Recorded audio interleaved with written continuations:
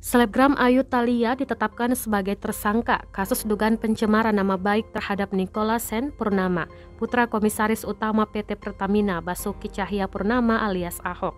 Polisi telah mengumumkan status tersangka Ayu pada Rabu 19 Januari 2022. Perkara ini bermula dari langkah Ayu yang melaporkan Nicholas Sen ke polisi atas dugaan penganiayaan. Namun dugaan penganiayaan yang dilaporkan Ayu itu dianggap tak terbukti oleh pihak kepolisian. Nicholas pun kemudian melaporkan balik Ayu ke polisi atas dugaan pencemaran nama baik. Belakangan polisi menetapkan Ayu sebagai tersangka pencemaran nama baik terhadap Sen. Kepala Satuan Resor Kriminal atau Kasat Reskrim Polres Metro Jakarta Utara, AKBP Dwi Prasetyo membenarkan hal tersebut. Menurut Dwi, penetapan Ayu sebagai tersangka sudah memenuhi syarat terkait alat bukti. Polisi selanjutnya akan kembali meminta keterangan Ayu sebagai tersangka pada Kamis. Adapun pasal yang disangkakan kepada Ayu Thalia yakni pasal 310 dan atau 311 Kitab Undang-Undang Hukum Pidana.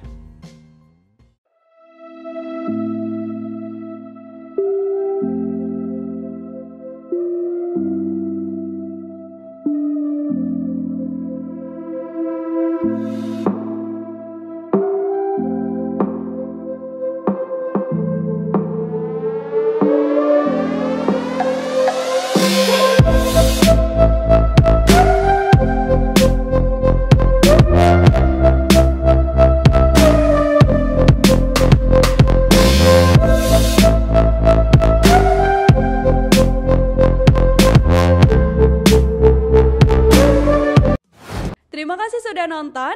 Jangan lupa like, subscribe, dan share ya.